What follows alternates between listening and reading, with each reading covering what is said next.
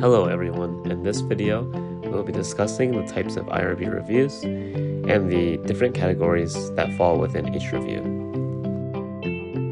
Here we have the agenda for the video. First we will discuss the types of IRB reviews, then we will go on to discussing the full board review, then talking about expedited review, then visiting the revised common rule, then going over the expedited review categories, following with exempt review, and then finishing up with the next steps. Next, we will be discussing the types of IRB reviews. The Institutional Review Board is a group that is formally designated to review and monitor biomedical research involving human subjects. They have the authority to approve, require modifications, or disapprove research.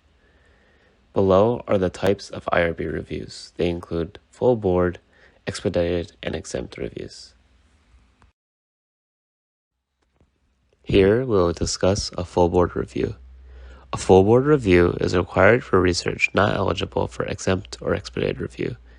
It includes, but is not limited to, research judged to be more than minimal risk, involving special populations such as children, prisoners, or disabled individuals, or projects that plan to use procedures that are personally intrusive, stressful, or potentially traumatic. Minimal risk is defined as the probability and magnitude of physical or physiological harm that is normally encountered in daily lives. Next, we will discuss expedited review. Expedited review procedure presents no more than minimal risk. It is authorized by both FDA and HHS codes listed below, and may not be used for classified research involving human subjects. Here we have a diagram that serves as a recap of the different levels of IRB review. Full board review is when there is more than minimal risk to subjects. Expedited review is when there is no greater than minimal risk. Exempt review is when there is less than minimal risk. Examples within each review are also listed in the pyramid. Next, we will discuss the revised common rule. Common rule updated regulations, Title 45, Part 46, Subpart A, Federal Policy for Protection of Human Subjects. The revisions are intended to reflect changes in types of human subject research being conducted. In the diagram below, you can see the regulations prior to 2018 as opposed to regulations under the revised common rule. Here we have expedited review categories. Category 1 lists clinical studies of drugs and medical devices only when condition A or B are met. They're listed below. Category 2 states that collection of blood samples by finger stick, heel stick, ear stick, or venipuncture as follows, with the conditions listed below.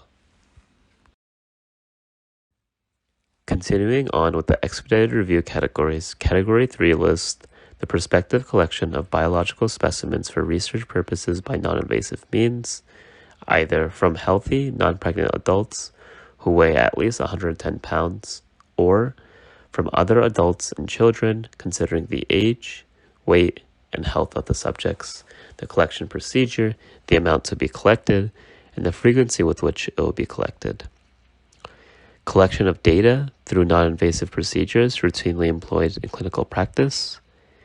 Research involving materials that have been collected or will be collected solely for non-research purposes.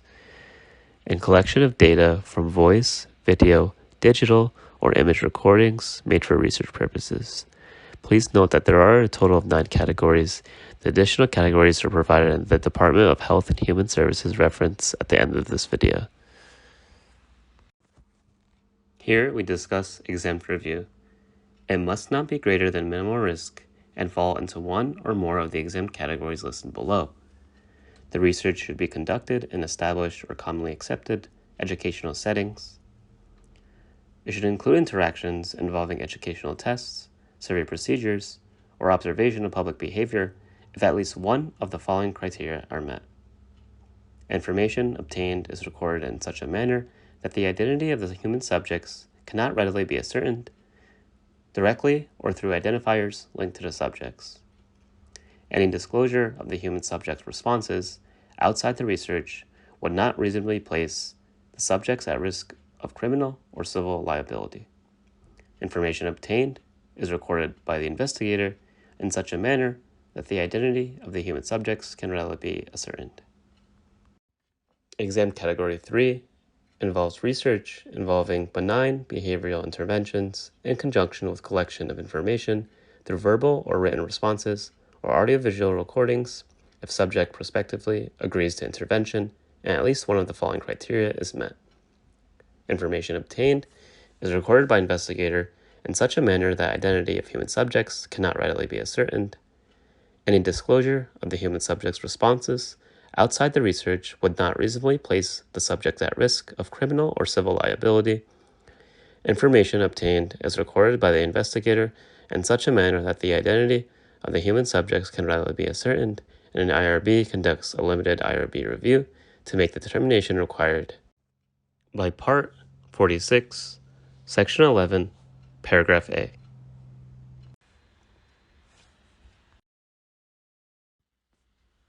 In this slide, we'll be discussing research that may not be exempt. According to Title 45, Part 46, research involving the following is not appropriate for exemption: subjects that are prisoners, surveying or interviewing of children, observations of public behavior of children when the researcher participates in the actions being observed. Here, we will be discussing what your next step should be. Planning for IRB review. One of your primary considerations should be whether your study qualifies as human subjects research. Exempt submissions are reviewed when they are received in eIRB. Summary information for what constitutes exempt and expedited review are available below. Full convened board review must be used for initial review of all studies that are not eligible for expedited review or exemption and research involving prisoners. The Rutgers IRB link is listed below. Thank you for listening to this video. For assistance with submission or regulatory concerns, please feel free to contact the Regulatory Support Office for a free consultation. The NJX Regulatory Support Office link is listed below.